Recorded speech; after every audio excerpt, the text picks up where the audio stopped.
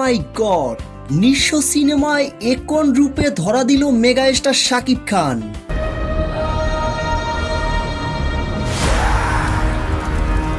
শাকিব খানের ভয়ানক এমন লুক দেখে দর্শকরা রীতিমতো অবাক হয়েছেন।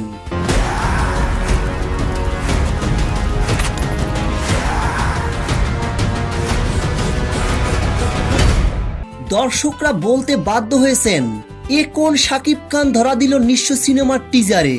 পরিচালক মেহেদী হাসান হৃদয় শাকিব খানকে এমন দুর্ধর্ষ লুকে হাজির করেছেন, এটা তার দ্বারাই সম্ভব।